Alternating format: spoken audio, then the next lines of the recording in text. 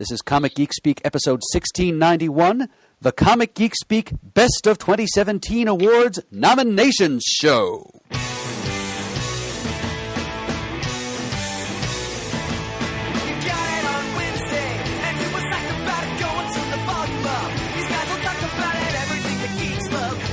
Laser beams, opinions like the seasons on everything you read in comics, movies, games, toys, artists, Comic Geek Speak, Comic Geek Speak, Comic Geek Speak, Comic Geek Speak, Comic Geek, uniting the world's mightiest heroes. This is... I'm Adam Murdo. And I'm Chris Kimberly.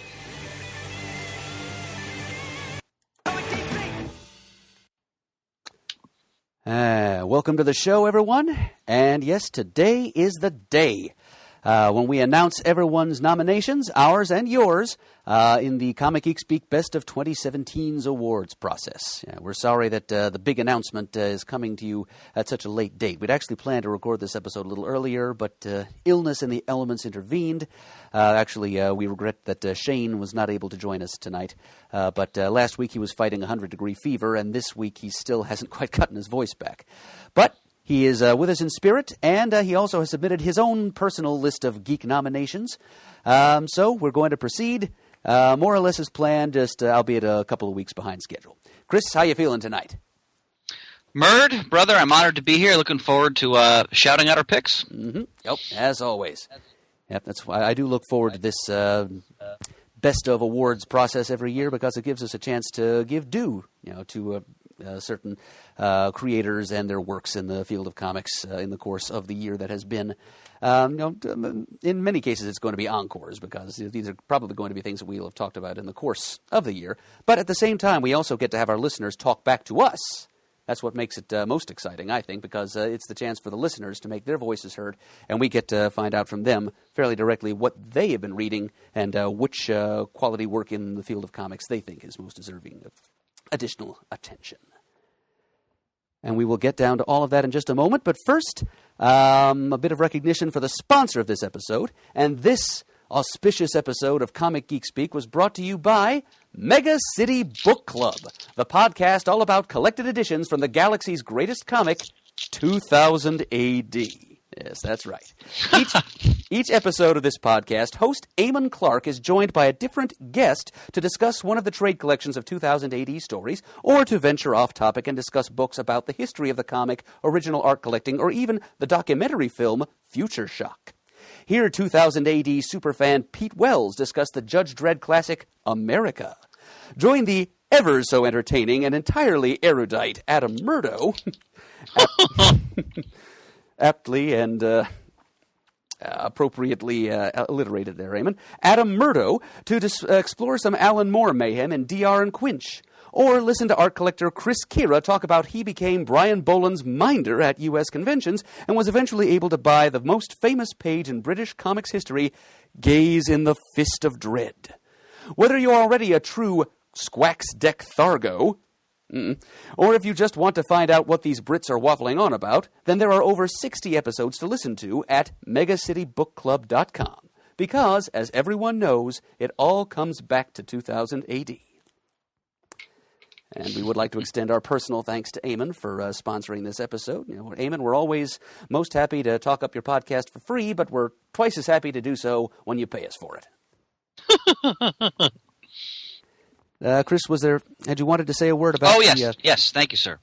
I just want to remind listeners, we mentioned this a couple episodes back, that we're definitely could use people to donate to the show. A very modest amount, $2, $5. We have a donate button at the bottom of the Comic Geek Speak page, and as Murd has mentioned in the past, as only he can in his inevitable fashion, we do operate in a shoestring budget, and sometimes we go through lean times, and obviously we'd appreciate if anybody could contribute just a few bucks. It helps pay the bills, keep the lights on, and even make some improvements when we can. So if you can, please mosey on down to the bottom of the Comic Geek Speak page and hit donate, and we really appreciate it. Well said, Chris. Thank you for that appeal. Mm-hmm. All right. Well, shall we get underway then? Let's do it. Yep, step up to the podium. I mean, there are no envelopes to open just yet, no bottles of bubbly to break out, but this is the beginning, however, of the Best of 2017 awards awarding process. This is where we announce who is eligible to receive Best of 2017 award across a list of 16 categories. All right, so we will have nominees, one for each of the participating geeks. So that will be Chris, Shane, and myself, and at least one nominee for the listeners. Although I think in several cases there are going to be more than one listener nominee this year. I'll be frank with all of you folks out there. Listener participation in the nominations process is somewhat down this year. And among those of you who did participate, there's really not much in the way of consensus. So it's kind of an anything-goes situation here. Pretty much the way it's going to go is I'm going to upend the entire wheelbarrow onto the ballot here. Anyone or anything that got more than one nomination is fair game to get onto the ballot at this point. So just to create as diverse a ballot as we can. So there's going to be maybe 5, 6, 7 different nominees in each category, which is to be desired, really, just to give you, when the final voting comes about, the greatest number of choices possible. Just to increase the likelihood that you will encounter someone or something that you will have some personal familiarity with, and so will be able to make an informed vote in favor of. All right. Chris, I will give you the honor of first presenting your nominee in the first category, which is Best New Hero or Team introduced in 2017. Thank you, brother. Now, I decided I was inspired here by my all-time favorite writer, Christopher Priest, in that I chose Deathstroke as the best new hero because in the Deathstroke comic, Slade Wilson had a sort of spiritual experience, and he's shifted gears and now is trying to both be a hero and be a mentor to sort of a team of young heroes he has gathered around him. So that is my Slade Wilson Deathstroke is my nomination for Best New Hero for 2017. Wow. Fascinating and creative choice, Chris. Thanks, brother. Yeah, all right. I've written down Deathstroke and Company. How about that? Sounds great. Yep, we'll throw in his young protégés and bring them along for the ride. Shane, as I mentioned, he's still suffering from a touch of laryngitis, but he has emailed in his list of nominees, and he went in kind of an interesting direction also. His nomination is for Best New Hero or Team is the titanic, though temporary, team-up of Superman and Booster Gold. Of course. Yes, as seen in Dan Jurgens' Action Comics.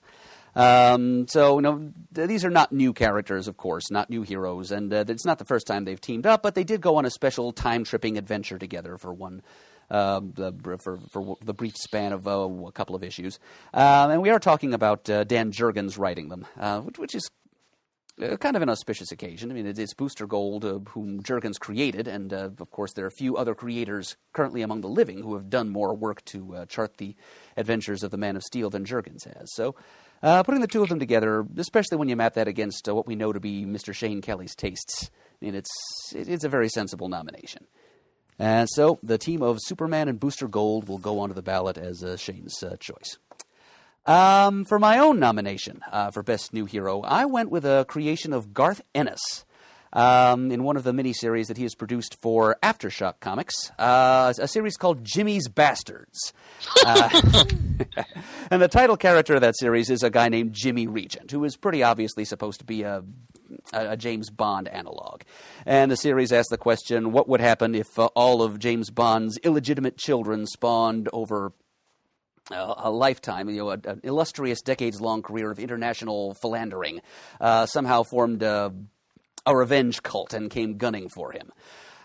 So that's pretty much what Jimmy's Bastards is about. But it's about more than that. I mean, it's got plenty of Ennis's trademark over-the-top ultra-violence. And it's also got some of his graphic but very incisive social commentary. I mean, it gets pretty silly and farcical at spots. But it's fun watching the title character, Jimmy Regent, play off against his new partner, who is named Nancy McEwen. And she's very much a no-nonsense, serious-minded intelligence agent of the 21st century.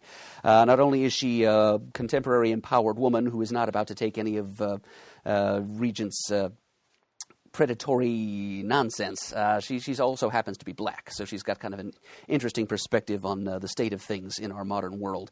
And seeing Regent played off against her there's some interesting verbal sparring going on there. And what makes Jimmy so enjoyable is that Ennis is such an able scripter and handler of characterization. He prevents Regent, as he too easily could have, from turning into just a flimsy caricature of a bygone generation set of sexual values, or just a satirical stand-in for an entertainment genre whose days are numbered.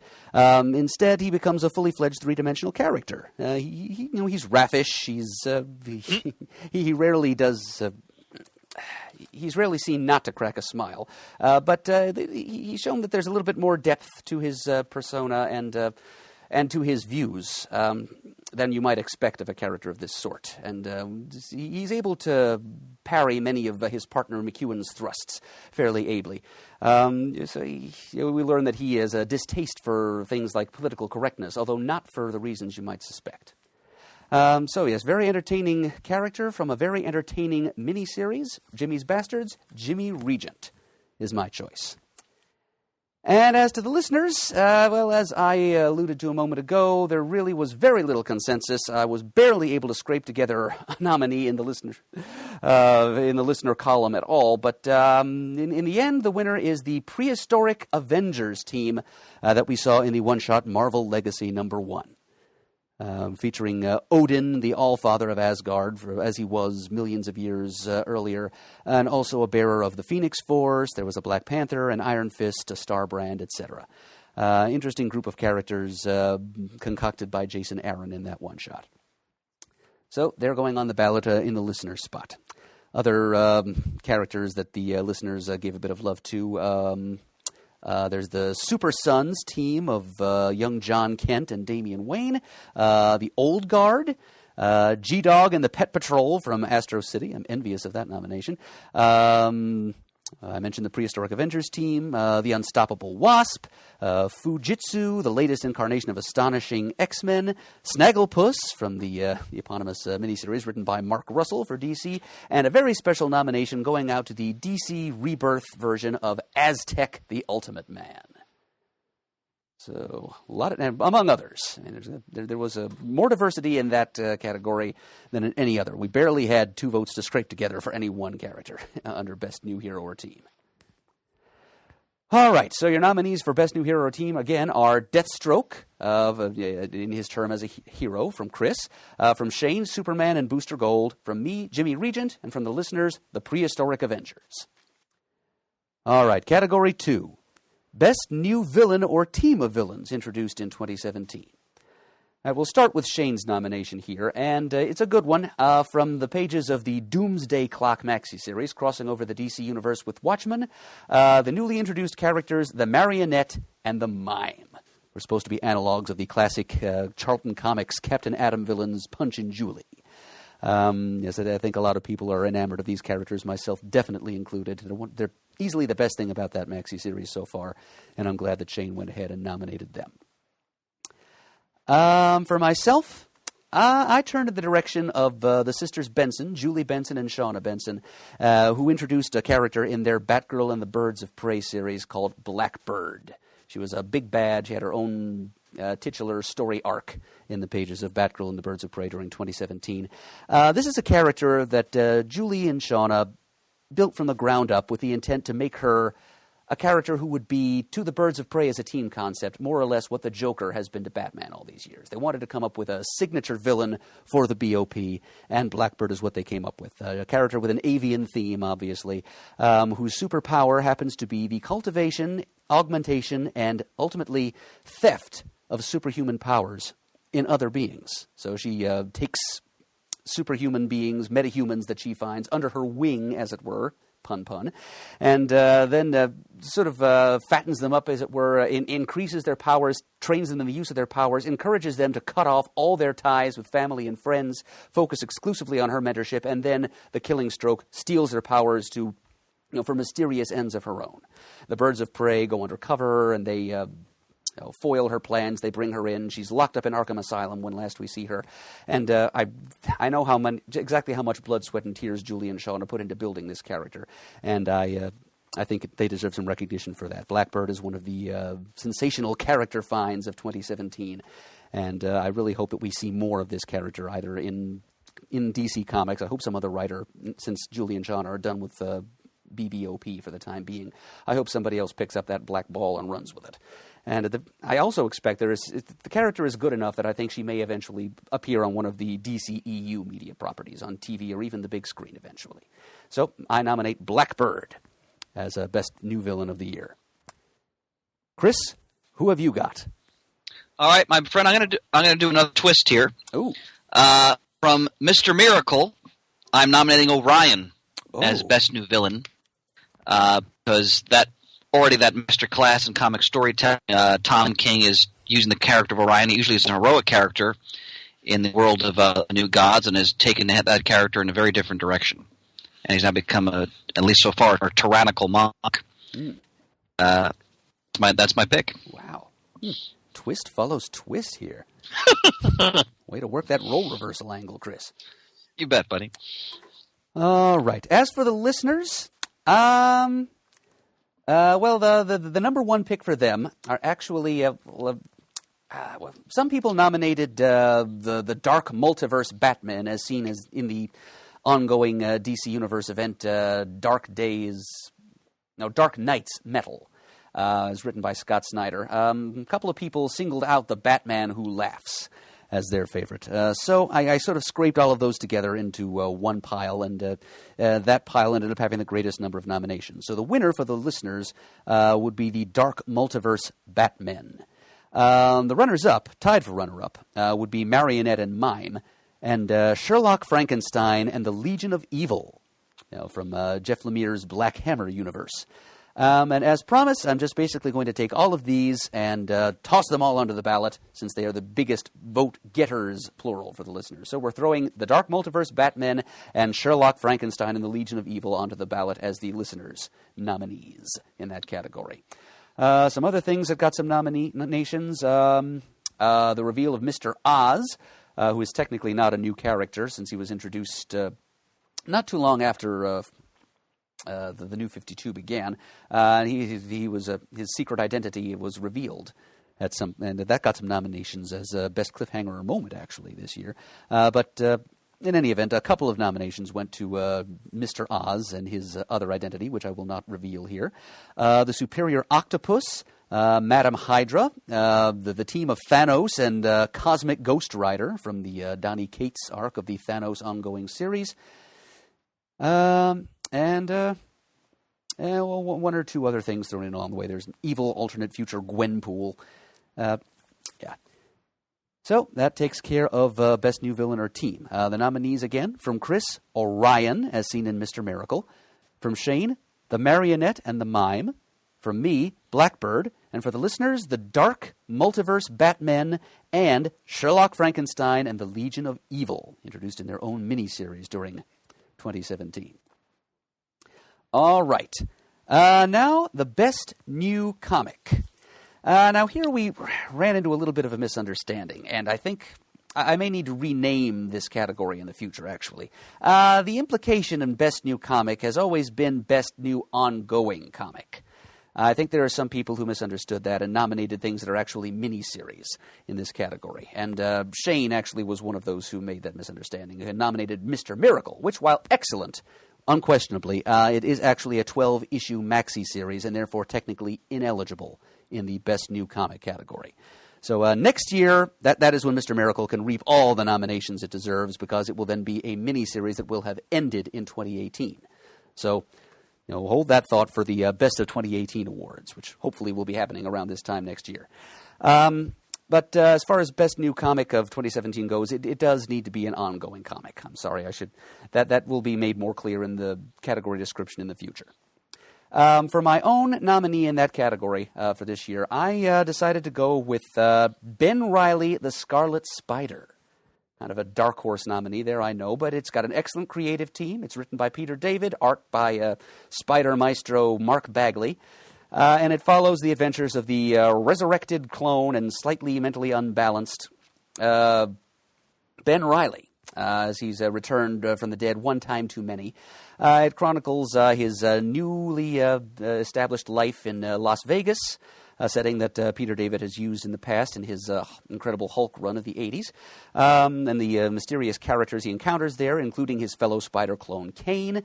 He spends a couple of issues learning at the feet of Lady Death herself. And it also sees the return of the Slingers within its first year's worth of stories, which is that team of substitute spider people from the very late 90s, of which I have a certain nostalgic fondness. So it's a great creative team, and Peter David is doing some sort of waggishly creative things with the character and the concepts that he's throwing in there.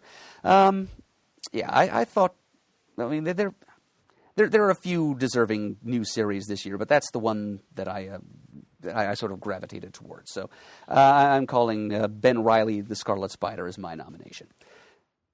Chris, how about you? Mert, I hope I interpreted the rules correctly here. I chose, it came out in December, Marvel 2-in-1 by Chip Zdarsky and Jim Chung. That is absolutely eligible. Okay, I thought it was an ongoing book. Excellent. I love this title. Now, granted, it's mostly issues that have since come out in 2018, but just got it under the wire. But talk about a return series of the Fantastic Four, granted minus Reed and Sue, but, you know, Ben and Johnny searching for Reed and Sue, who disappeared after the events of Secret Wars. Ben nursing tremendous guilt over because he knows the reality of what happened while Johnny doesn't. He's trying to kind of keep up Johnny's hopes because his life is collapsing in the wake of the loss of his sister and his brother-in-law. Victor Von Doom is a major character in the book as well, in his sort of noble, pseudo Iron Man role. Zdarsky just has the tone down of the FF, the history, the dynamic between the characters, the humor, and most importantly, the sense of family. This is one of the best titles Marvel's producing right now. I highly recommend it. Yes. I'm happy to hear that Zdarsky is nailing that family dynamic. It's so important. He sure is. Anything that's even tangentially FF. Yes. And you're right, Chris, that did get in there just under the wire, but it does qualify. Indeed. So, excellent. And you'll be happy to know that the listeners agreed with you. Marvel 2-in-1 was actually tied for the listeners' top nomination getter. It'll be Marvel 2-in-1 for you and the listeners, and also for the listeners, tied with Marvel 2-in-1, Royal City. Some other things that the listeners gave shout-outs to.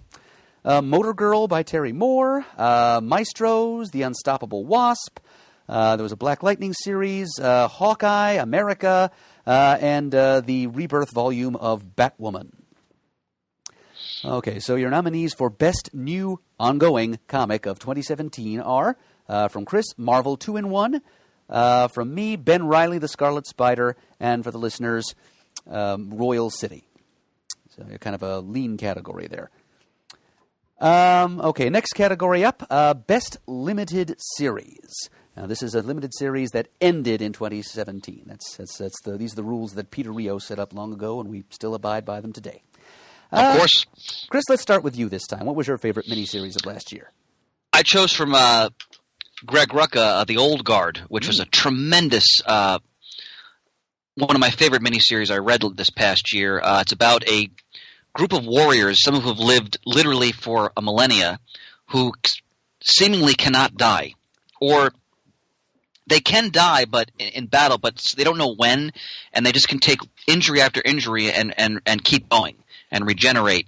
And it's about so in the modern day they're acting as sort of black ops mercenaries, and it's really about the burden of having to live this long and the impact it has on their lives, and how the leader, a woman, is the oldest member, and she can barely remember what people she loved in centuries past, and it's Greg Rucka, so he really explores if people like this really exist, what would be the toll it would take on them to be like that, and then also they focus on a new member, so there's other immortals out there who are made to realize who they are, and a U.S. soldier joins the team. She's a veteran, I think, of the war in Afghanistan, and it was a mini. I'm hoping they return to it in a future volume, but definitely one of the best miniseries. I think it's one of the top titles of 2017. I'm just trying to look up. I forgot who the artist was. Was it Leandro? Hold on. Yes. Forgive me. Leandro Fernandez. Yep. This is from Image. So I highly recommend the Old Guard. All right. Yep, I know that I have the first issue of that series somewhere in the pile. I don't think I followed it further than that, but perhaps I will if it's as good as you're saying it is, Chris. I can very easily believe Rucka would be a great candidate to portray the psychological cost of immortality. And he also goes into the history that these characters lived through. It's a fascinating book. Yes, huge plus. Anything that has a sense of history to it is likely to tickle my fancy. Shane's choice for a best miniseries, and there's a little bit of ambiguity here as to whether I don't know whether Terry Moore intended Motor Girl from the beginning to be a miniseries or not, but I think it is pretty definitively concluded now. So we're calling this a miniseries. And Shane has nominated Motor Girl, as his nominee for Best Miniseries of the Year. And I'm certainly not going to argue with that. The listeners, for their part, agreed with both of you guys. Motor Girl was the top vote getter. The Old Guard was the third highest vote getter. And right in the middle is the Flintstones. Again, I'm not sure whether that was originally planned as a miniseries, but it ended up being exactly 12 issues. So we'll retroactively count it as such. So that'll go in as the listener's nomination for Best Miniseries of the Year. And my own choice, coming to us from DC's Young Animal imprint, is the miniseries Bug, The Adventures of Forager. And this is an Allred family affair. Okay, it was written by Lee Allred, penciled by Mike Allred, colored by Laura Allred, and you might even call it Forager in Kirby Land, because it's this surrealistic sort of dream journey through this very colorful and imaginative dreamscape, just littered with these idiosyncratic Kirby concepts, spelled with a K, of course. It's this one particular the Kirby character from his Fourth World mythos within the DC universe, as he has this bizarre adventure meeting all these Kirby characters, major and minor, from his tenures at DC Comics.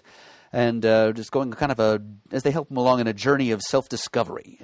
It's a very, very sort of me-generation voyage that this character, who was an artificially created character. It's a theme that Kirby explored a few different times in his career. Everybody from him / Adam Warlock all the way up through Machine Man.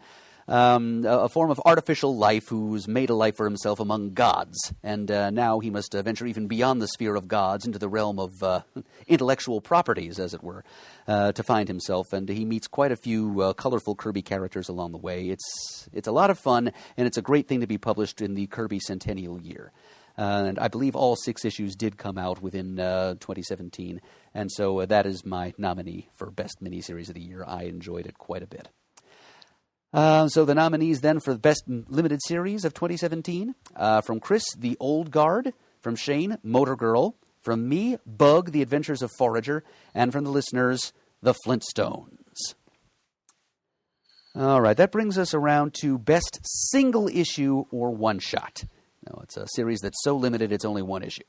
Or it can be a single issue of an ongoing series, as several of the nominations we got from the listeners were. We begin with Shane's choice from his list, and he chose issue number 37 of Tom King's ongoing Batman series. And that's part of the ongoing story arc of the courtship of Batman and Catwoman. It's an issue called Double Date, and it does feature Batman and Catwoman going on a double date with Superman and Lois Lane. It's an excellent issue in a series that's just been full of excellent issues lately, so good choice, Shane. For myself, I thought I'd throw a little Valiant's way, as always, in honor of the departed Jamie D. And I went with a comic that I was thrilled to see solicited in Preview's catalog several months ago. I know I gushed about it during the recording of our episode pertaining to that catalog. It's The Immortal Brothers, The Tale of the Green Knight. And it's the Eternal Warriors, Gilad, Ivar, etc. Classic Valiant characters, but plugged into a retelling of the medieval romantic story, the tale of Sir Gawain and the Green Knight. It says classic heroic epic. The story of how Sir Gawain of the Round Table is issued a challenge by a supernatural, spectral Green Knight, and how he must venture forth at peril of his own life, and worse yet, at peril of his own self-respect and his own code of chivalrous values, to go and try and defeat this seemingly undefeatable foe. And it's all, of course, retold within the context of the Valiant universe and its timeline. And it's all ably executed by a writer of no small skill, Fred Van Lente, with art by Carrie Nord, with a bit of assist pencils from Clayton Henry. It's an excellent package. It's the story of Sir Gawain and the Green Knight has a certain sentimental place in my heart, because it's a story that I studied during my first semester of college when I was learning what literary analysis is supposed to be about. And to be able to look at that story again on the paneled page was a special experience for me. And so a tip of the hat both to Fred Van Lente, to Valiant, to Jamie D., to the anonymous medieval composer of this Breton lay of years gone by. I nominate that as my personal favorite single issue of the year, although there were a number of other worthy possible candidates, as we'll see. Chris, what have you got in this category? I chose a title more that both Pan about earlier last year, which is Batman Annual 2 by Tom King again.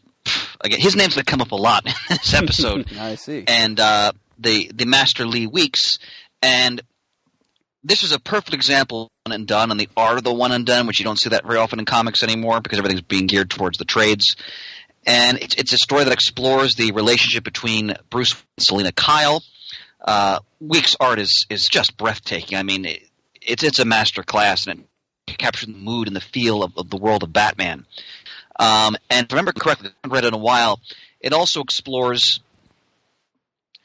sort of like the Batman and Selina Kyle of Earth 2 and their relationship, what happens to them. It was one of the most moving comics I read, and I think a definitive example of how great a single issue story could be. Yes, there are hints at the repeating of history as far as Earth 2 goes. Yeah, you are right about that, Chris. Yeah, it's kind of like the alpha and omega, like the early days and the end days of the Batman and Catwoman relationship, as portrayed in this cycle of the character's history by Tom King, with a few nods to other cycles of that history, of course. So yes, I completely agree. It deserves the nomination you have given it, Chris. I just reread it this morning, as a matter of fact. Mainly because it was it was the number 2 vote getter. I mean, there were the nominations from the listeners for this category were dominated by 2 particular comics, and both of them were Tom King written Batman comics. So everything else was pretty much just blown away. But the Batman Annual number 2 was number 2, just barely, and just inching it out by 1 nomination was Batman Elmer Fudd number 1, written by Tom King with art by the great Lee Weeks. So the listeners will be happy that you have nominated Batman Annual number 2, but they will also be happy that Batman Elmer Fudd Special will be their nominee in this category. Some other things that the listeners liked. Let's see, there was a Foom special, which I assume came out through Marvel. Generations, a part of the Marvel Generations event, tying into Marvel Legacy. Phoenix and Jean Grey. There was an issue of Walking Dead, number 167. There was the Marvel Legacy one-shot itself. A couple of nominations for issue number 14 of The Silver Surfer. Doomsday Clock, number 1. The Batman 66 meets Legion of Superheroes special, which I was tempted to nominate myself. X-Men Grand Design number 1 from Ed Piskor. The 7th issue of the Doom Patrol series. It looks... And 1 or 2 other things. But as I said, the nominations were dominated by those 2 issues of Batman. So, best single issue of one shot. 3 of the 4 are Tom King Batman related. From Chris, Batman Annual number 2. From Shane, Batman number 37, Double Date. From me, Immortal Brothers, The Tale of the Green Knight. And for the listeners, Batman Elmer Fudd, special number 1. All right. Now, next category, Best Cliffhanger or Moment within a comic book in 2017. All right, I think it's my turn to go first here. Again, a few possibilities, and again, a couple of them were from the Tom King Batman run. But I decided to turn my attention to something that I read in a Marvel comic fairly late in the year that I found particularly chilling.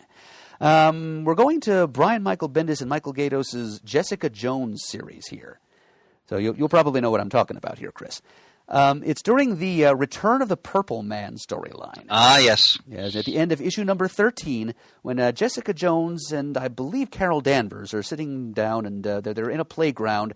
Jessica's young daughter Dani is off playing in a sandbox nearby as the two of them are discussing strategy here because the Purple Man has resurfaced, when suddenly Dani, out of nowhere, she's a very young toddler, barely able to speak in complete sentences, when suddenly she pipes up and says, and I'm paraphrasing here, "Sorry to interrupt, Jessica, but, and I know this might not be the best time to bring this up, but it's just nice to see you smile again." So the Purple Man has possessed Jessica's daughter. He has crossed a very serious boundary, and it just sends prickles up the nape of my neck to think about what's going to happen next. I mean, not just the eeriness of this human monster possessing an innocent child to get at Jessica, but to think of what Jessica is going to do next to get back at the bastard as a result. So, yeah, the Purple Man possessing young Danny Cage. That is in Jessica Jones number 13. I've nominated that as my favorite cliffhanger of the year. Chris, what shall be yours? I went more with the best moment side of this category. I chose from Motor Girl when you see the traumatic event that the main character experienced while serving in Iraq, when she is trying to save a child who was trapped in a building that is rigged to explode. It's one of the most moving and powerful moments of any comic I've read in recent history, and certainly in 2017. And of course, that whole moment really explores and why that character is so traumatized in the present day. So, man, Terry Moore is one of the best. No, that's my best moment. Do you happen to know which issue of Motor Girl that was in, Chris? Nuts. I don't off the top of my head. Let me see if I can find it online while you're going through nominations. Okay. If you don't find it, it's no big deal. Let's see. And Shane's favorite cliffhanger moment, it comes from the end of Doomsday Clock number 2. Which is the sudden and unexpected return alive of, spoiler here, the comedian. And a couple of other cool things happening at the end of that issue, too, like the face-to-face of Batman and Rorschach, for example. So that's Shane's choice. As for the listeners, again, a few possibilities. Doomsday Clock number 2 was the number 1 vote getter there. And coming along close on its heels, we have a tie. So 2 listeners' nominations here. The engagement of Batman and Catwoman, when Batman finally and definitively pops the question and has it accepted. And also the end of the 14th issue of the Dan Slott and Mike Allred Silver Surfer. So those will go in as the listeners' choices. And the Silver Surfer is a great choice. I was considering let's see, other things that the listeners liked. The return, finally, of the non-Hydra-corrupted Steve Rogers in Secret Empire. The revelation of the demon Barbatos's role in Batman's origin in Dark Knight's Metal. The destruction of humanity in Letter 44 from Oni Press. Kingpin elected mayor in the pages of Daredevil. The final message of the losers, seen in a very special issue of Superman written by Pete Tomasi. A couple of Jay Garrick showing up in The Button, that storyline between Batman and the Flash. The end of Jimmy's Bastards, number 5, when Jimmy's Bastards finally find something that can get Jimmy's goat, and he's triggered at last. From Saga, when Alana suffers that tragic miscarriage. The revelation of Mr. Oz's true identity in the Superman title. And, of course, a few other things. But it seems that our slate of nominees for Best Cliffhanger are, for Chris, the revelation of Motor Girl's traumatic experience in Iraq. For Shane, Doomsday Clock number 2. For me, Jessica Jones, number 13, as the Purple Man possesses Jessica's daughter. And for the listeners, Silver Surfer, number 14, and the engagement of Batman and Catwoman. So that takes care of yet another category. Moving on then to Best Storyline. This can be either an arc within a single ongoing series, or it can be a crossover event between issues of several ongoing series, or standalone one-shots or miniseries. The definition here is looser than in many other categories. But Chris, what have you come up with for Best Storyline? I focused, by the way, Murray, it's Mortar Girl number 7 for the previous nomination I gave. Thank you, sir. I'll make a note of that immediately. Yes, honored. Best storyline for me is one of the top storylines that Marvel's producing is Jane Foster's battle with cancer in Jason Aaron's Thor, and how she's trying to balance her duties as Thor to the fact that it's essentially killing her because she can't properly deal with her cancer treatment while she keeps changing into Thor. And so the irony here is that she becomes Thor, the sort of the human host, Jane Foster, is weakening and it's quickening her death. And Aaron is just brilliantly exploring the consequences of this conundrum this character is in, and tries to, because Asgard is in the middle of this massive war against the Dark Elves and so forth. So she feels an obligation to that, but at the same time, the more she stays as Thor, the more chances are that Jane Foster will succumb to her cancer. And that storyline is coming to its climax early this year. Right. I think we saw some hints of that in the last previews catalog. Indeed. So, yes. Powerful, poignant stuff indeed. Let's see.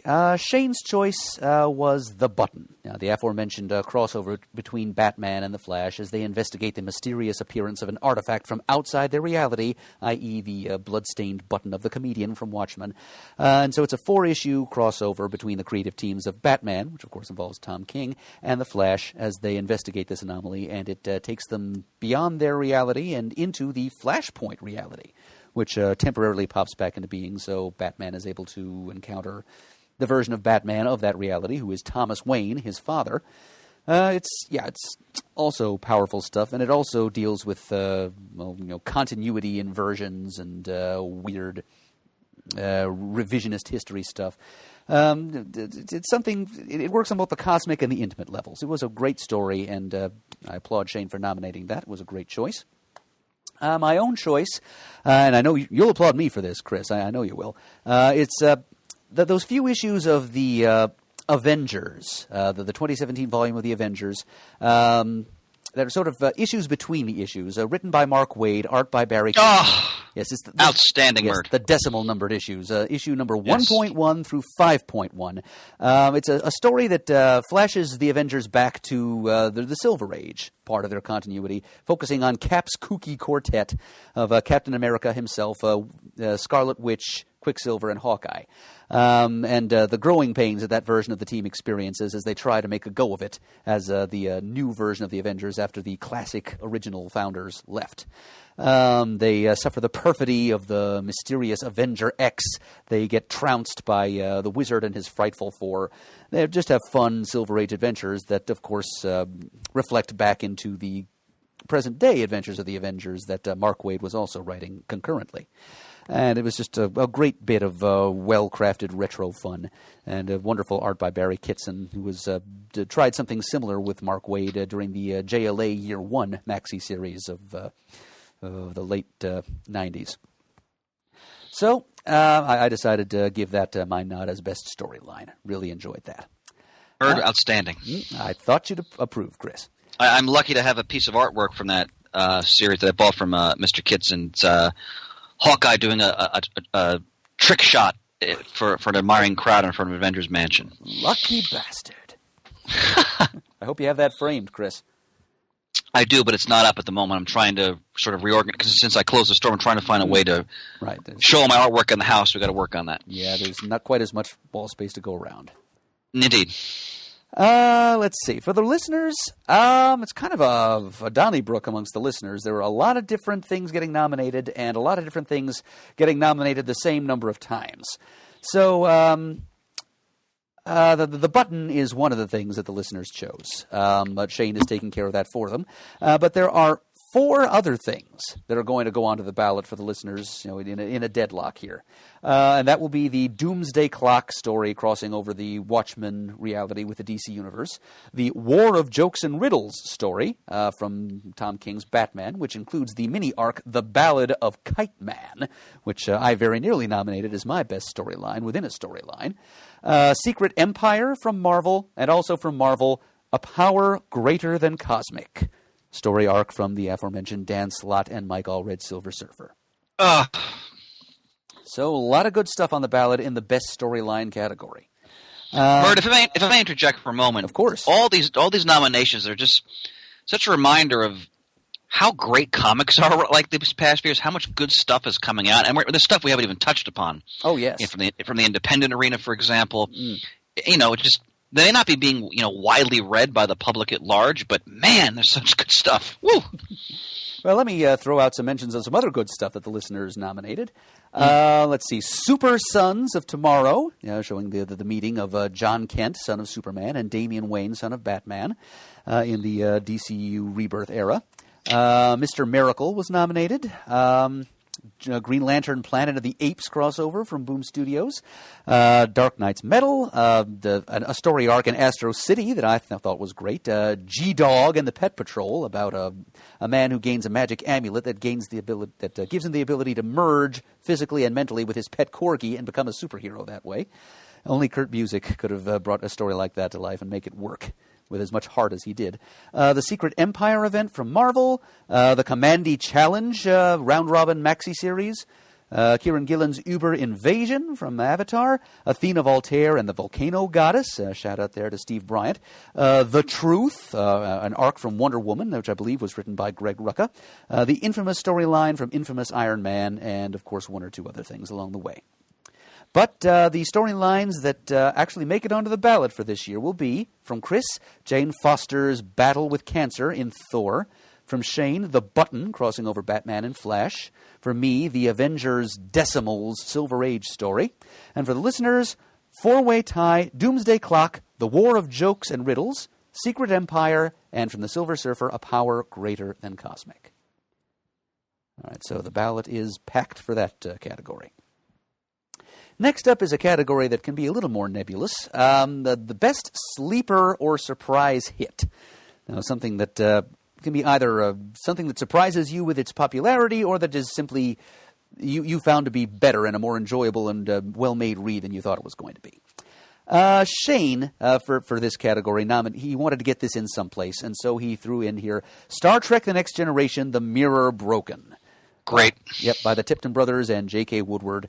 It's a mirror, evil twin story on the likes of the classic first series Trek Mirror episode, but with the Star Trek The Next Generation crew. Fantastic, painted art by J.K. Great story by the Tiptons. It's a good choice by Shane, and I'm glad that he did choose that. For myself, I wasn't sure in what direction to go with this one, but for the sake of nominating something from a non-Big Two company, I decided to go with Charles Soule's Curse Words. This is one of many worthy new series put out by Image, the true house of ideas in the world of comics today. Indeed. And it's the story of a dark wizard from another dimension. He comes to the planet Earth. He was supposed to be an advance guard for like a scout for an invasion by his liege, the Dark Lord Syzygy. But when he gets here, he likes it so much, he decides he's just going to slum here for a while and pretend to be a good wizard for a while and earn the public adulation and bask in it and just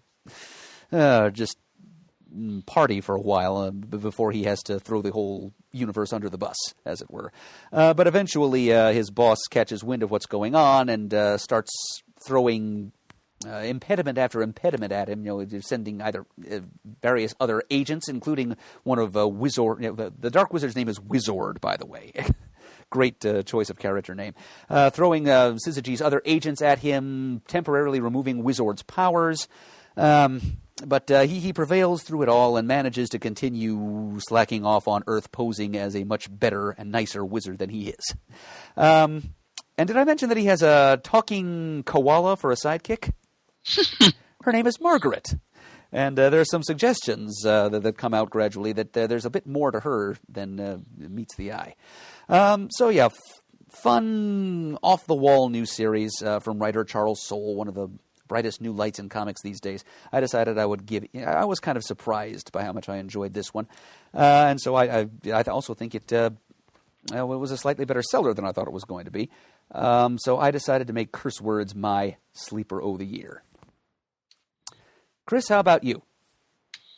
I had a question, Mert, actually. Can I choose something that we've already talked about, or do I have to keep everything individual? Meaning, can I replicate or no?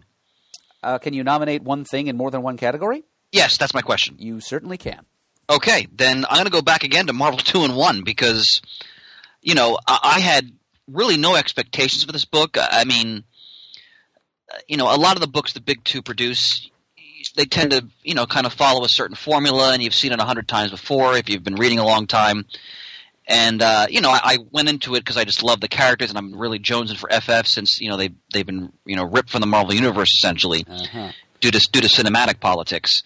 And this book just floored me. Just, again, how masterfully Zdarsky has captured the feel of those characters, their world, the tone, the dynamic, and also Jim Chung's art, just breathtaking. He's one of my favorite artists in comics. So that's definitely my surprise hit for 2017. All right. And thoroughly deserving of it, too. Yeah. It just feels like coming home again when you read that book. Mm-hmm. Yep. And I'm pleased to learn that Chip Zdarsky can write that well in non-comedy situations. He sure can. And Eric Nolan Wethington has told us before that he's more than capable, but now we've all seen it for ourselves. For the listeners, this is another kind of a close category. Similar to Best New Comic, there wasn't much consensus. In the end, we have a two-way tie between Mr. Miracle and the Flintstones. So those will be the listeners' two nominees there. Other things that got some votes. Star Trek The Mirror Broken, which was Shane's choice, of course. Secret Warriors, The Unstoppable Wasp, Black Hammer, The Autumn Lands, Shirtless Bear Fighter. I love the title. Maestros, Iron Fist, Rock Candy Mountain, Kyle Stark's little mini graphic opera about hobos. Super Sons, The Rough and Ready Show, Nick Fury, Secret Weapons, Alters from Aftershock Comics. Eternity from Valiant, Hulk, X-Men Grand Design, and even a vote for Danielle Corsetto's The Complete Girls with Slingshots collection. There we go. So, yeah, people spreading their love far and wide for that one. But the nominees in the end will be, from Chris, Marvel 2-in-1, from Shane, Star Trek The Next Generation, The Mirror Broken miniseries, from me, Curse Words, from the listeners, a tie between Mr. Miracle and the Flintstones. All right. Now we get to Best Ongoing Comic. Okay, this is an ongoing comic that did not need to have been to have had its first issue published in 2017. Could be a pre-existing series. All right, and I think it's my turn to go first here. I kind of struggled with myself here since ongoing series that last from earlier years are getting to be in shorter and shorter supply. But in the end, I just went ahead and nominated Star Wars, since that's it's been a consistent. Great pick, Mert. Great pick. Yeah, I thought you'd approve of that one too, Chris. It's Salvador LaRocca is continuing to turn in some of the best work of his career, albeit it is digitally color enhanced, which makes it look a little bit synthetic, artificial, but still gorgeous. I love the artwork in that series. Say what you will, and the writing. It's Kieran Gillen that's writing that now, isn't it? That's correct, sir. Right. He kind of stepped over from the last volume of hasn't Darth Vader. Hasn't missed a beat. Yes. Yes, and we're approaching kind of an unofficial crossover, I think, between it and the current Darth Vader series involving the planet Mon Calamari, home of Admiral Akbar. And let me mention that Charles Soule is doing a wonderful job on the new Darth Vader series. And, of course, Kieran Gillen wrote what I think is one of the greatest Star Wars comics of all time, which was his Darth Vader run, which I now have in a hardcover collection. That is for me one of the greatest Star Wars comics ever produced. Yep, I agree with you about the current Darth Vader, the Soul version of the current volume of Darth Vader as well. That would have been my next choice after Ben Reilly's Scarlet Spider for Best New Comic of this year. But for Best Ongoing, Not New Comic, I decided to just go with Star Wars. Chris, what have you have? I chose a book I have been following with reverence these past few years, which is Ed Brubaker, Sean Phillips, Elizabeth Breitweiser, Kill or Be Killed from Image. Bravo. This is, again, it's sort of their take on the sort of the classic vigilante motif with some supernatural elements or potential supernatural elements. We're not sure if it's real or not thrown in. Thrilling ambiguity there. Indeed. And everything about this book, again, these are masters. It's just the top of their craft. The narrative, the voice of the main character who's taking you through what he's experiencing and dealing with. The artwork is just Phillips is one of my favorite pencilers in comics, and I'll be talking about that in a future nomination. Also, the book has wonderful essays in the back. This is one of those rare comics where it's worth the cover price, where Brubaker has friends and colleagues come in who write essays giving histories of different noir characters in film, and then Sean Phillips' son does artwork for those essays. This is a book that, like this right up there with Saga for me, is one of those books that is a must-read every single month. So it's Kill or Be Killed for me. Yes. And Chris, that would have been, if I had not chosen Star Wars, that would have been my next choice. Oh. I was trying to avoid things that weren't already, that the listeners hadn't already nodded to, and Kill or Be Killed is one of those. Excellent. So I got both. I and the listeners are definitely in agreement with you on the quality of Brubaker, Phillips, and Breitweiser's product there. For Shane, Shane has chosen to nominate as Best Ongoing Comic of 2017 Julie Benson and Shauna Benson's soon-to-be-concluded Batgirl and the Birds of Prey series, which has been a lot of fun and a labor of love all along. So there you go, Julie and Shauna. You're on there twice. Thank you, Shane. And for the listeners, their choice, perhaps not too surprisingly, and it would have been my choice too if I didn't want to take the listeners' top choice away from them, is the Batman. The Tom King written Batman series, which has been literary quality excellent from the beginning. It's approaching 50 issues and scarcely missed a beat in that whole time. Do I approve of every single interpretation of every single character? Does every line of dialogue ring true to my ear?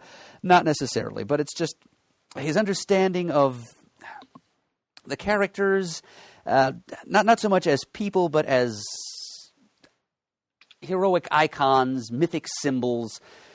It's the way he writes them with a certain buried subconscious awareness of the stratified nature of the reality they occupy, and how their various actions and the flow of time in which those actions occur is less literal than symbolic. It gives it a very interesting, timeless, mythic feel. I mean, it's sort of like what Grant Morrison was doing with Batman, except it doesn't hit you over the head with its own cleverness in quite the same way. It's more enjoyable as story, I think, than Morrison's take on Batman and his world was. And it deserves all the accolades it can get. I'm sorry, Mark, go ahead. No, apologies. No, I've finished, Chris. Please go ahead. I just want to say that I'm late to that party. I just picked up the first trade of that from my local library, and I'm going to start reading King's take on Batman in trade, because I had the first several issues. I just never got to them, and I'm so in awe of his abilities as a writer that I'm really looking forward to diving into that. Yes, it's going to be an enjoyable journey for you, Chris. I vouchsafe you that. Honored. So that was the listener's choice. Tied for second was Kill or Be Killed, and one of the series that I am going to toss onto the ballot as well, Silver Surfer. So this is the last chance you'll get to vote for Silver Surfer in that category, for I'm afraid it has departed for realms beyond, i.e. it's been canceled. Definitely one of the best series Marvel has produced in recent years. Yep, we know that Danny O'Brien and Pants would both agree with you very strongly there. Other things the listeners nominated, Black Hammer, certainly worth it. Yep. Peter Tomasi's Superman series, which has been quite good. Ms. Marvel, Daredevil, Hawkeye, Some classics or perennial favorites, Saga and Paper Girls. Injection, Mighty Morphin Power Rangers. Action Comics, brought to you by Dan Jurgens. Detective Comics, Unbeatable Squirrel Girl, The Wicked Plus the Divine, Greg Rucka's Lazarus, Mighty Thor, Department H from Dark Horse, and one or two other things along the way. But now, pretty much every title you just mentioned is phenomenal. It just goes to show again. I mean, I could choose Saga every year, but I didn't want to be redundant year after year. So, there's such great stuff out there. Right. Ugh. And I'm glad that we're starting to spread the love a little bit more, because we all know Saga's great, and it's got to the point where only one person nominated Saga this time around. Yeah. It's still good, but, we've got to acknowledge the new things that are coming up. So, once again, the nominees here for Best Ongoing Comic of 2017 are, from Chris, Kill or Be Killed; for Shane, Batgirl and the Birds of Prey; from me, Marvel's Star Wars; and from the listeners, Batman and Silver Surfer. All right. And may I interject for a moment, my friend? Of course. So the next category is OGN, correct? Right. All right. Unfortunately, I have to leave after that. May I email you my final choices, and you can read them on the air? That is more than possible, Chris. All right. Let me do that right now while you introduce the next category. All right. So Best Graphic Album, which can be either a volume of original material, like a graphic novel, or a compilation of previously published materials, like a trade paperback or hardcover. I usually despair of finding any kind of consensus among the listeners in this one, but this time we actually had a couple different things getting more than one nomination from the listeners. And I think I'm actually going to begin by telling everyone what their nominations are here. And they are going to be Roughneck by Jeff Lemire, and My Favorite Thing is Monsters, which came out from Fantagraphics Books this year. So those are going to be the two nominees for the listeners in the category of Best Graphic Album. Shane's nominee, not too surprisingly because Shane is Shane, the Justice League International Omnibus, Volume 1. Great collection. Going back to those bwahaha days of yesteryear. That's one of my designated summer reads. It's bound to be fun. Yep. Because that's exactly what Giffen, Mateus, and DeMatteis and Maguire were going for. Fun. For me, I went to Image for Joe Casey's Annual, which was a collection of mostly original material that Casey put together ad hoc, with help from a variety of talented artists, bridging a bunch of different genres. There was something that kind of lampooned classic romance comics. There were a couple of funny animal shorts. There was a new character he introduced called the Winter National, who's kind of like Hellboy meets James Bond meets an Asgardian frost giant.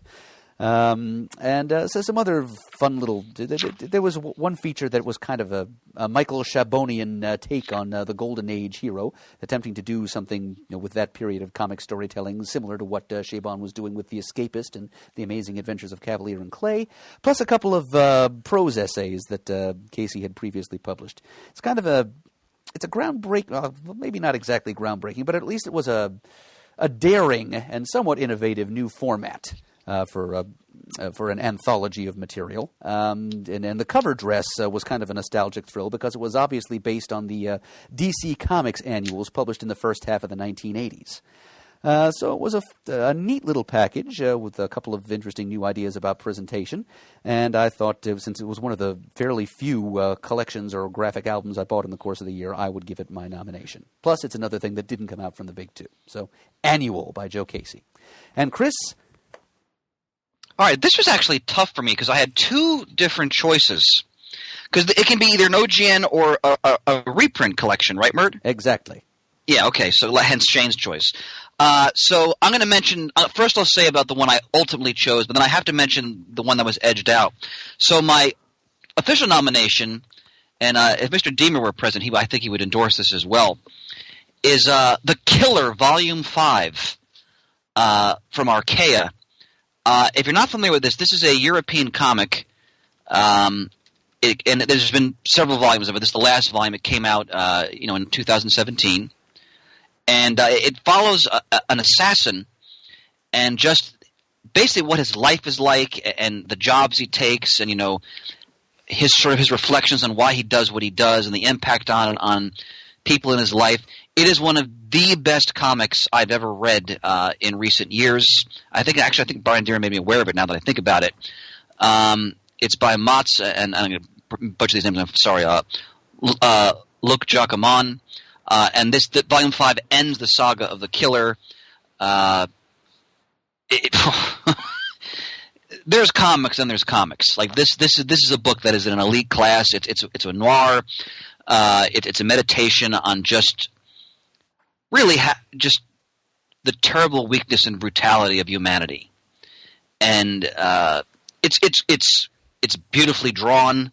The storytelling is taut and captivating, but it's grim. I mean, because you're seeing the world through the eyes of someone who is absolutely ruthless in so many ways, and I consider it a masterpiece of comic book storytelling.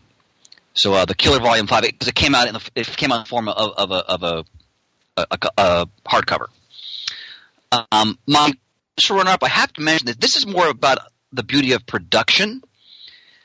Planet of the Apes Archive Volume 1, Terror on the Planet of the Apes from Boom, who've been doing a bang-up job since they've taken over the Planet of the Apes license. This reprints in glorious black and white. This is a beautifully produced archive. The classic Marvel Planet of the Apes magazines from the 1970s. And a lot of these were written by the great Doug Monk. Mm-hmm. Beautiful artwork by Mike Ploog in some of these stories. And these are so zany and wild. Just Monk and his interpretation of the world of Planet of the Apes. I mean, you have a character named a chimpanzee named Gunpowder Julius running around in a coonskin cap. You can't go wrong.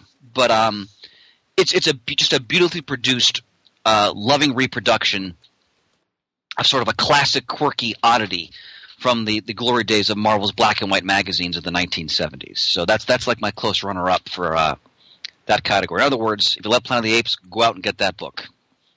So I apologize to leave, my friend. I have to attend to some grocery duties before it gets too late. Mm-hmm. But I sent you my final nominations, and Merv, in your sonorous tones, I'm sure you'll do those justice.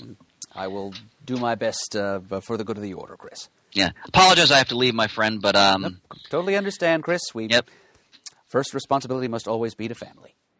Indeed, brother, and I will email you soon. We can orchestrate the next episode. Yep, we shall indeed, and you'll hear more about that soon, folks. Chris and I have been cooking up a new format of Comic Geek Speak episode that Chris has been hoping to introduce to you for some time, so we'll probably bring that to you sometime in the weeks to come. Looking forward to it, brother. All right, I'll talk to you soon. All right, good night, my friend. Celebrate the comic book medium 2017. Great year. Excelsior. All right. Good night, brother. Bye. Good night, Chris. Exit a legend. All right. So Chris says, I'm kind of tempted to check out those old black and white Planet of the Apes magazine stories now. But all right. So Chris now has given us his nomination. And so I think we've heard everybody's. All right, so some other things that the listeners nominated besides the two I mentioned. There's the Kirby 100 collection that DC put out in honor of the 100th anniversary of Jack Kirby's birth. There's the collection of the Batman Flash The Button story that I've mentioned once or twice in this episode already. The second volume hardcover of Lazarus. Athena Voltaire Pulp Tales Volume 1, a collection of Ed Piskor's Hip Hop Family Tree, which is excellent. Somebody else nominated The Killer Volume 5. Somebody else also nominated Joe Casey's Annual. How about that? The 10th volume of Adam Warren's Empowered. Punisher Back to the War Omnibus. Starhawks Volume 1. Preacher, Book 1, new collection there. The director's cut of Tom King's The Vision. And Nothing Lasts Forever, among one or two other possibilities. So then, the nominees for Best Graphic Album, OGN, or Collection of 2017 are, for Chris, The Killer, Volume 5. For Shane, JLI Omnibus, Volume 1. For me, Joe Casey's Annual. And for the listeners, a tie between Jeff Lemire's Roughneck and My Favorite Thing is Monsters. All right. This brings us into the home stretch now, folks, as we get down to individual achievements. Best of awards that we will be presenting to individual creators in various fields of endeavor in the production of comic books. And we start, of course, with Best Writer of 2017. As I've sort of forgotten in what order we're going here, so for the rest of the time, it's just going to be Chris, Shane, and me. We don't need to worry about taking turns here.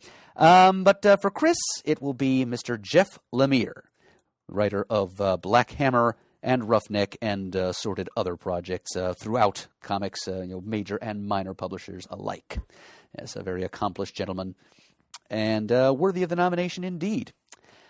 Shane, not surprisingly, chose Tom King. It's not surprising for anyone to nominate Tom King because he is a grand master of the form these days. I think we all should know that by now. We're honored to have had him as a guest in our studio several times in the past. For my own choice, had to think semi-hard about this one, but in the end, I went with Dan Abnett. I kind of wish Chris were still here so that he could assure you of what great work he's been turning in on the Aquaman ongoing series for a couple of years now. He also writes one of my underappreciated favorite DC series, Titans, which is a good thing for people who continue to pine for the pre-Flashpoint version of DC reality to read. Not because we're any closer to going through that allegedly non-existent back door into the old continuity. They've kind of dangled that in front of us a few times and nothing has happened. But just because there are a few characters there who remember the way things ought to be. Wally West being an important example of that. But yeah, Dan Abnett is doing great things with those characters, and the royal intrigues of Atlantis and Aquaman are another good example of his talents. I think I might have nominated him last year or the year before as well, but I'm going in that direction again, mainly because Tom King, who to me is the clear choice, has already been taken by Shane. And it probably won't surprise you to hear that he also dominated the nominations of the listeners. That's right, you folks at home overwhelmingly made Tom King your choice, the man of the people. But beyond Tom King, we have a three-way tie for three other talented gentlemen who will be entered into the ballot as well. Greg Rucka, Dan Slott, Jason Aaron. So those three, along with Tom King, will be going onto the ballot. Some other nominations were granted to Peter Tomasi, who's been a writer of Superman for a while now. He's doing some really entertaining stuff with that character. Tom King we know about. Mark Russell, a writer of The Flintstones and Snagglepuss, just a master of social satire, apparently. He's really been impressing a lot of people with what he's been doing with these Hanna-Barbera-based series he's been writing. Charles Soule, Jerry Duggan, Kurt Busiek of Astro City, Scott Snyder, of course, and Jeff Johns, Ryan K. Lindsay, Paul Jenkins, and Ed Brubaker. But again, the nominees for Best Writer on the official ballot will be from Chris, Jeff Lemire, from Shane, and also the listeners, technically, Tom King, from me, Dan Abnett, and for the listeners, Dan Slott, Greg Rucka, and Jason Aaron. All right. Then we come to Best Artist of 2017. Chris's choice there. He said he would have more to say about Sean Phillips eventually, and this is where he presumably would have said those things, but he's not here to say them, so let's just say enough said there. Sean Phillips, a frequent collaborator with Ed Brubaker in various crime genre-related comics, presently the great Kill or Be Killed, which is doing some really chilling, imaginative, and thought-provoking take on the violent vigilante subgenre of action storytelling. So he wins there for Chris. Shane has nominated Scott Collins, who is the regular artist on the recently canceled Blue Beetle series, which we know is dear to Shane, Blue Beetle being one of Shane's very favorite characters. My own choice for Best Artist of the Year, somebody else I think I've shown some attention in previous versions of this award show, is Mike Allred, who has had one heck of a year. He's turned in some great covers here and there, the Doom Patrol, for example, and other projects. I mentioned the Bug, The Adventures of Forager miniseries. He also was the penciler on that great recently concluded Silver Surfer series, of course. And then there was that Batman 66 Meets the Legion of Superheroes one-shot. Fun on a bun, let me tell you what. So yeah, I love his art style. Any day of the week, any year of the decade, any way you want to give it to me. And when it's been served up to me in so many different contexts in the course of a single year, I say, why not? Let me serve up a nomination to him. So he's my nomination for Best Artist of 2017. As for the listeners, you also appreciated Mike Allred. The number one vote getter for you guys was Mitch Gerrits, who is the collaborator with Tom King on the Mr. Miracle maxi series. Also tied for second, and also finding their way onto the ballot, because, as I said, I'm pretty much just upending the wheelbarrow of nominees and just shaking the ballot box down on onto the dais, and anybody who gets a significant number of nominations is in this year. So Mitch Gerrits, Mike Allred, but also Greg Capullo and Russell Dauterman. And some other people who were nominated include Jamie McKelvey, Marcus Kiketto, David Rubin, Nick Darrington, Chris Somney, Sana Takeda, Dan Jurgens, Jason Fabach, talented gentleman there, Sami Kivela, Sandra Hope, Raul Allen, Matteo Scalera, Liam Sharp, Ed Pisker, and Joel Jones. But the official nominees for this category will be from Chris, Sean Phillips, from Shane, Scott Collins, for me, Mike Allred, and for you, the listeners, Mitch Gerrits, Greg Capullo, and Russell Dauterman. Those are your potential vote getters for Best Artist of 2017. Now we have Best Writer/Artist of 2017, a single creator who does both creative tasks in the production of a comic book. Which is sometimes a bit elusive as far as coming up with people to nominate. I've actually got a decent-sized list myself, but I narrowed it down to one. Chris actually did not have a nominee for Best Writer-Artist. Shane did. He went with Terry Moore. Okay, we've mentioned how much we've enjoyed his Motor Girl series, which turned out to be a 12-issue limited duration series ending in 2017. So Shane nominated him for his work there. Also been a friend of this program. He's been a guest of ours a couple of times, and a particular favorite creator of the late Jamie D., it must be said. For my own choice, I nominated Ed Piskor, who gave us the interesting and lovingly constructed individual fan-focused history of the X-Men. It's sort of a graphic retelling of the early history of the X-Men through the lens of Ed Piskor's own involvement with those early comics. It's heavily annotated, clearly a proverbial labor of love. The title of that series was X-Men Grand Design, numbers 1 and 2 from Marvel, and there will be more issues in this history, presumably to come, because he only got as far as maybe the end of the Silver Age. I'm not even sure he got quite that far. He was breaking things down pretty carefully and picking and choosing what he wanted to include or exclude. You know, that's why I call it a fan-focused history. It's sort of his own historical monograph. It's what Peter Rios used to call his personal continuity of the X-Men, illustrated and published for our enjoyment. It's a fun reading experience, and so I nominated him as Best Writer-Artist based on that. As for you, the listeners, your top choice was Terry Moore, which has already been nominated by Shane. But the runners-up for you will be Jeff Lemire and Sean Gordon Murphy. So we will still have a 4-person slate in this category. So once again, those nominees will be from Shane, Terry Moore, for me, Ed Pisker, and for you, Jeff Lemire and Sean Gordon Murphy. Some other people who received nominations were Patrick Gleason, Joel Jones, Walter Simonson, Dan Parent, Gendy Tartakovsky for that Cage miniseries he did for Marvel a little while ago, Tristan Jones, Chris Somney, and Stan Sakai of Usagi Yojimbo fame.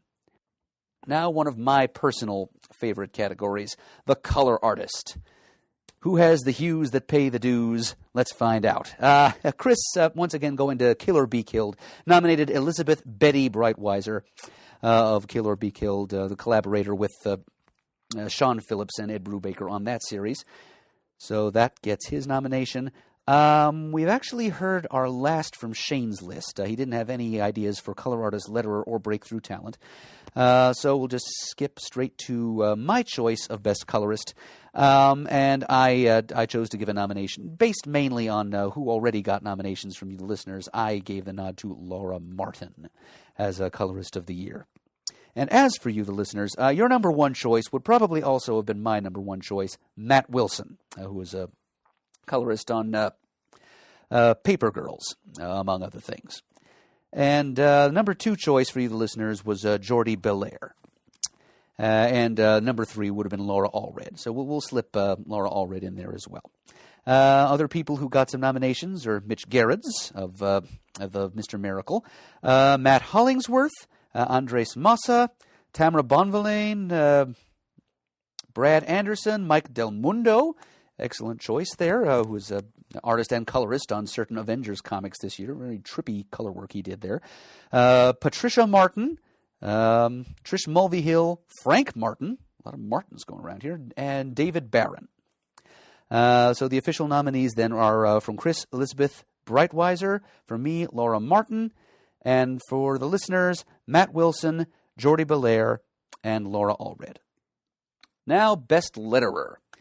Yes, this is always kind of a tricky category, but letterers are some of the unsung heroes of comics production, and I vehemently refuse to let go of this category, even though it's a little difficult to know whom to nominate sometimes, even to know what skills of a letterer or what qualities of lettering best qualify one to be nominated in this category. It's something of a puzzler, but all the same, letterers deserve recognition, even if it's not especially knowledgeable recognition. That's my position, and I'm sticking to it. So the letterers deserve our respect. Chris did not have a nominee for Best Letterer. Shane also did not have a nominee for Best Letterer. But my own nominee, well, my first choice was also the listener's first choice, so I had to devolve to the next choice down, which is a gentleman named Russ Wooten, who is really a go-to letterer for many Image Comics house titles. He did a lot of different things in the course of 2017. As I checked out on noticing his name in several different credit boxes as I did my own research to come up with my own nominee, I found his name on Comic Book DB. He lettered a lot of stuff, almost all of it for Image. Black Science, Deadly Class, Invincible, East of West, Low, Monstrous, Seven to Eternity, Youngblood, Gasolina, and last but certainly not least, The Walking Dead, perennial favorite that is. I think his lettering came to my attention, though, thanks to the somewhat trippy lettering effects that he produced for Joe Casey's Annual. So based on that and his prolific body of work elsewhere, I decided to make Russ Wooten my nominee for Letterer of the Year. After which, we now turn our attention to you, the listeners, and your first choice was, it would have been my first choice also, Clayton Cowles, who also was fairly busy this year, turned in a prodigious body of work, including Batman and Marvel's Star Wars title, to name but a couple. Runner-up, again, a darling of the voters, Todd Klein, and coming in third, but also making it onto the ballot, will be Joe Caramagna. So, 4 choices here, 3 of them from you, the listeners, Clayton Cowles, Todd Klein, and Joe Caramagna, and Russ Wooten from yours truly. Some of the other nominees, Tyler Crook, Adam Warren from Empowered, Clem Robbins, Nate Picos, Steve Wands, whose work I also noticed, and Jared K. Fletcher. But there you go. The official nominees are Russ Wooten, Clayton Cowles, Joe Caramagna, and Todd Klein. And finally, coming to the finish line here, folks, the breakthrough talent of 2017. Now, this is not necessarily someone who is new to comics in that year, just somebody whose career really took off in a big way to make him or her more noticeable to fandom in general in the course of this year. Someone who really caught your notice as having come up in the comics world in the course of this past year. This is always a little bit tough to nail down as to when exactly a person breaks through and he or she deserves to be thought of as having made it. Chris nominated, and understandably so, as his breakthrough talent of the year, Mitch Gerrits, who has come to a lot of people's attention for the first time as the artist on Tom King's Mr. Miracle maxi series at DC. So I'm very happy to type his name in there. Shane did not have a nominee for this category. For myself, I'm not expecting this person to get a whole lot of support in the final voting, but just to throw a small press nominee in here, and to give a shout-out to our friends at Action Lab Entertainment, who've been a staunch ally and kind of an extended family member of Comic Geek Speak for many years. And this is a creator of an Action Lab series that I've actually found quite creative and entertaining. It won't be to the taste of a lot of you listening, I get the feeling, but the comic is called Toyetica, and its creator is named Marty Legros. And she is not exactly new to comics either. Sometime in the past decade, she did a series called Bizengast, which is fairly manga-influenced.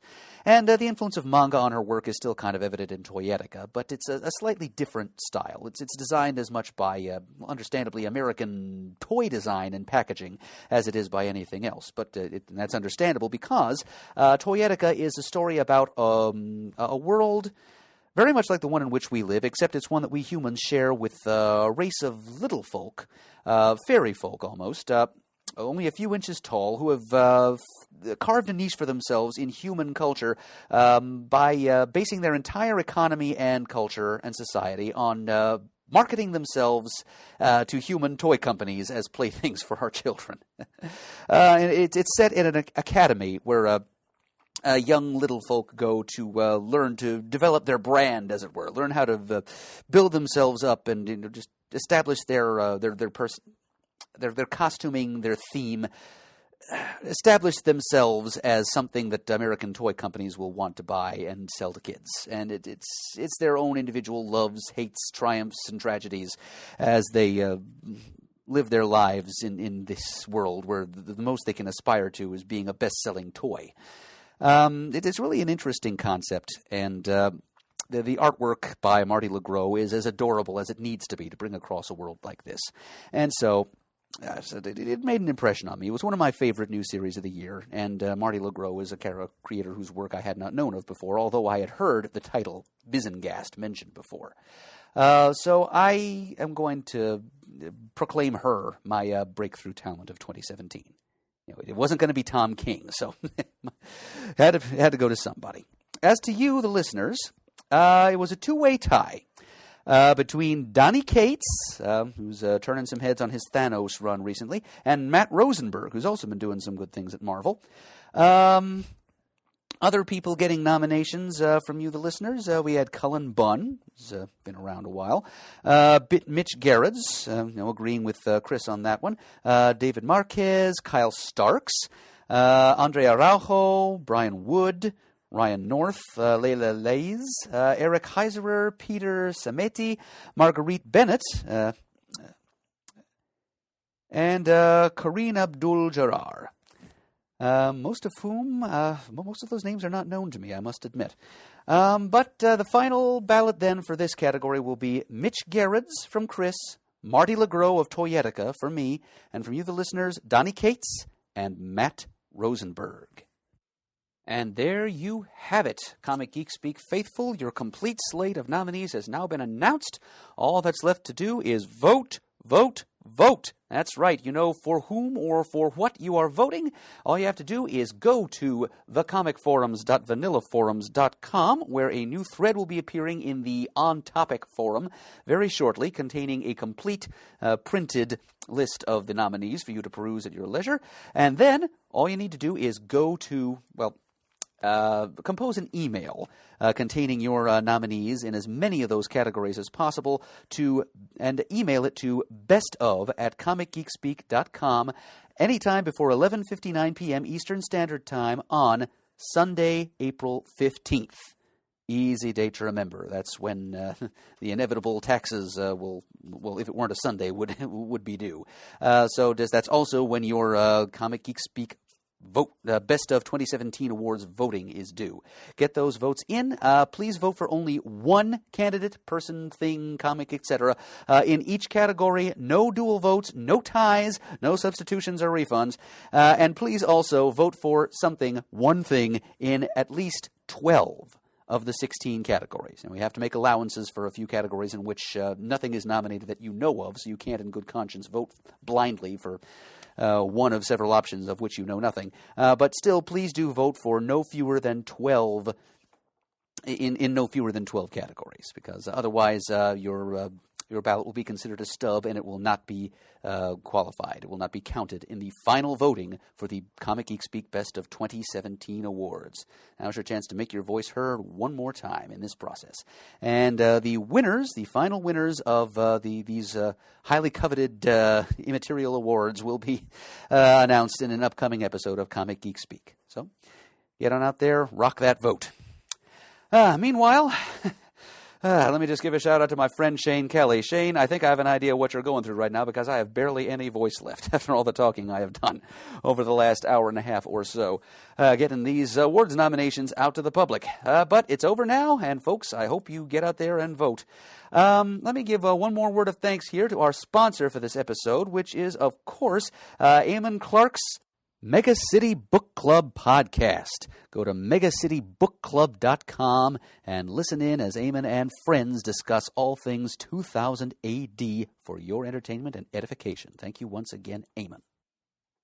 If you'd like to send us an email, our address is comicgeekspeak@gmail.com. If you'd like to leave a voicemail, you can call 267-702-6642. You can like us on Facebook. You can follow us on Twitter, where our handle is @ComicGeekSpeak. You can go to thecomicforums.vanillaforums.com to leave feedback about the revelations of this episode, or leave feedback for a variety of other Comic Geek Speak episodes, or can take part in conversations with your fellow CGS listeners about a variety of different conversational topics, or find the list of nominees for the Best of Awards and send your votes into bestOf@comicgeekspeak.com. We'd like to thank everyone who has donated monetarily to the show, either recently or in the past. We really appreciate it. We couldn't do the show without you. And as always, we are uniting the world's mightiest heroes, one listener at a time. You